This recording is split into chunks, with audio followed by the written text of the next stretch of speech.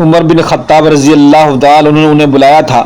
وہ ابھی امیر المومنین کی خدمت میں موجود تھے کہ امیر المومنین کے چوکیدار یرفع آئے اور عرض کیا کہ عثمان بن عفان رضی اللہ تعالی عنہ اور عبد الرحمن بن عوف اور زبیر بن عوام اور سعد بن ابی وقاص رضی اللہ تعالی عنہما اندر آنا چاہتے ہیں، کیا آپ کی طرف سے انہیں اجازت ہے؟ امیر المومنین نے فرمایا کہ ہاں، انہیں اندر بلا لو۔ تھوڑی دیر بعد یرفع پھر آئے اور عرض کیا حضرت عباس اور حضرت علی مرتضیٰ رضی اللہ تعالی عنہما بھی اجازت چاہتے ہیں، کیا انہیں اندر آنے کی اجازت ہے؟ آپ نے فرمایا کہ ہاں۔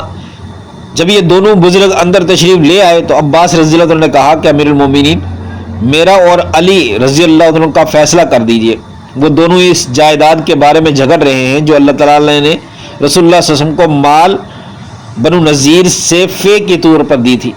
اس موقع پر علی اور عباس رضی اللہ عنہما نے ایک دوسرے کو سخت سست کہا اور ایک دوسرے پر تنقید کی، اور حاضرین بولے امیر المومنین آپ ان دونوں بزرگوں کا فیصلہ کر دیں تاکہ دونوں میں کوئی جھگڑا نہ رہے۔ عمر فاروق رضی اللہ عنہ نے کہا جلدی نہ کیجیے، میں آپ لوگوں سے اس اللہ کا واسطہ دے کر پوچھتا ہوں جس کے حکم سے آسمان اور زمین قائم ہے، کہ آپ کو معلوم ہے کہ رسول کریم صلی اللہ علیہ وسلم نے فرمایا تھا کہ ہم انبیاء کی وراثت تقسیم نہیں ہوتی، جو کچھ ہم چھوڑ جائیں وہ صدقہ ہوتا ہے۔ اس سے حضور صلی اللہ علیہ وسلم کی مراد خود اپنی ذات سے تھی۔ حاضرین بولے کہ جی ہاں، حضور صلی اللہ علیہ وسلم نے یہ فرمایا تھا۔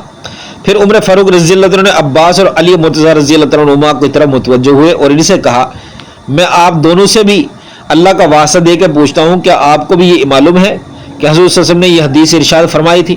ان دونوں بزرگوں نے بھی جواب میں ہاں میں دیا۔ اس کے بعد عمر فاروق رضی اللہ عنہ نے کہا پھر میں آپ لوگوں سے اس معاملے پر گفتگو کرتا ہوں۔ اللہ سبحانہ و تعالی نے اپنے رسول کو اس مال فے میں سے جو بنو نذیر سے ملا تھا آپ کو خاص طور پر عطا فرمایا تھا۔ اللہ تعالیٰ نے اس کے متعلق فرمایا ہے کہ بنو نذیر کے مالوں سے جو اللہ نے اپنے رسول کو دیا ہے تو تم نے اس کے لیے گھوڑے اور اونٹ نہیں دوڑائے، یعنی جنگ نہیں کی۔ اللہ تعالیٰ کا ارشاد ہے قدیر تک تو یہ مال خاص رسول اللہ صلی اللہ علیہ وسلم کے لیے تھا، لیکن خدا کی قسم کہ حضور صلی اللہ علیہ وسلم نے تمہیں نظر انداز کر کے اپنے لیے اسے مخصوص کی نہیں فرمایا تھا، نہ تم پر اپنی ذات کو ترجیح دی تھی۔ پہلے اس مال میں سے تمہیں دیا اور میں اس کی تقسیم اور آخر اس فے میں سے یہ جائیداد بچ گئی۔ پھر آپ اپنی ازواج مطہرات کا سالانہ خرچ بھی اسی میں سے نکالتے تھے، اور جو کچھ اس میں سے باقی بچتا اسے آپ صلی اللہ علیہ وسلم اللہ تعالیٰ کے مصارف میں خرچ کیا کرتے تھے۔ حضور صلی اللہ علیہ وسلم نے اپنی زندگی میں یہ جائیداد انہی مصارف میں خرچ کی۔ پھر آپ کی وفات ہو گئی اور ابو بکر صدیق رضی اللہ عنہ نے کہا کہ مجھے حضرت صلی اللہ علیہ وسلم کا خلیفہ بنا دیا گیا، اس لیے انہوں نے اسے اپنے قبضے میں لے لیا اور اسے انہی مصارف میں خرچ کرتے رہے جن میں حضور صلی اللہ علیہ وسلم خرچ کیا کرتے تھے، اور آپ لوگ یہی موجود تھے۔ اس کے بعد عمر فاروق رضی اللہ عنہ عباس رضی اللہ عنہ کی طرف متوجہ ہوئے اور فرمایا آپ لوگوں کو معلوم ہے کہ ابو بکر صدیق نے بھی وہی طریقہ اختیار کیا جیسا کہ آپ لوگوں کو بھی اس کا اقرار ہے، اور اللہ کی قسم وہ اپنے اس طرز عمل میں سچے مخلص صحیح راستے پر ہے، حق کی پیروی کرنے والے تھے۔ پھر اللہ تعالیٰ نے ابو بکر رضی اللہ تعالیٰ عنہ کو بھی اٹھا لیا، اس لیے میں نے بھی کہا کہ مجھے رسول کریم صلی اللہ علیہ وسلم اور ابو بکر صدیق رضی اللہ عنہ کا خلیفہ بنایا گیا ہے۔ چنانچہ میں اس جائیداد پر اپنی خلافت کے 2 سالوں سے قابض ہوں اور انہیں انہی مصارف میں صرف کرتا ہوں جن میں آپ صلی اللہ علیہ وسلم اور ابو بکر صدیق رضی اللہ عنہ نے کیا تھا، اور اللہ تعالیٰ جانتا ہے کہ میں بھی اپنے طرز عمل میں سچا مخلص اور صحیح راستے پر اور حق کی پیروی کرنے والا ہوں۔ پھر آپ دونوں میرے پاس آئے ہیں، آپ دونوں ایک ہی ہیں اور آپ کا معاملہ بھی ایک ہے۔ پھر آپ میرے پاس آئے، آپ کی مراد عباس رضی اللہ عنہ سے تھی، تو میں نے آپ دونوں کے سامنے یہ بات صاف کہہ دی ہے کہ رسول اللہ صلی اللہ علیہ وسلم فرما گئے تھے کہ ہمارا ترکہ تقسیم نہیں ہوتا، ہم جو کچھ چھوڑ جائیں وہ صدقہ ہے۔